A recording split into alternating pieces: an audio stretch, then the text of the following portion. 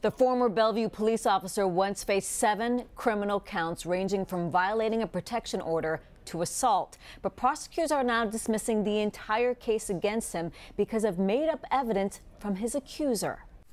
It's the state of Washington versus John Kivlin. 49 days. That's how long former Bellevue police officer John Kivlin collectively spent behind bars for a criminal case spanning more than 6 months. Here he is last August, appearing before a judge after a 3rd arrest. And I'm prepared today to enter a plea of not guilty. Pleas of not guilty. Now prosecutors admit their case fell apart. It stemmed from an extramarital affair Kivlin had with a woman he met on Craigslist. She accused him of assaulting her when she tried to end the relationship.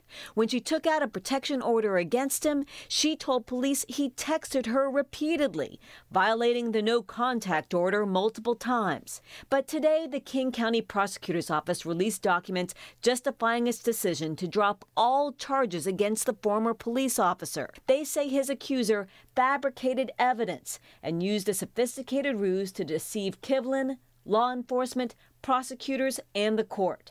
They also say that the woman made prior false reports to law enforcement in the past. She reported being raped in 2009 and 2010 and admitted after extensive investigation that she fabricated the rape allegations. She is the same woman who accused Bellevue Police Chief Steve Mylett of sexual assault, according to a source with direct knowledge of the investigation. Mylett vehemently denied the claim and even knowing who the woman is. He's been placed on leave pending a Bothell police investigation.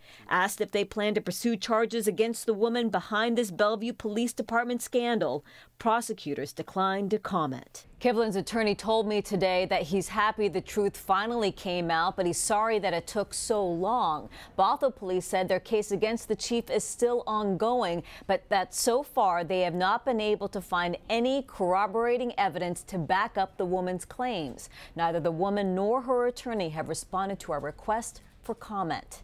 In the newsroom, Alyssa Hahn, King 5 News.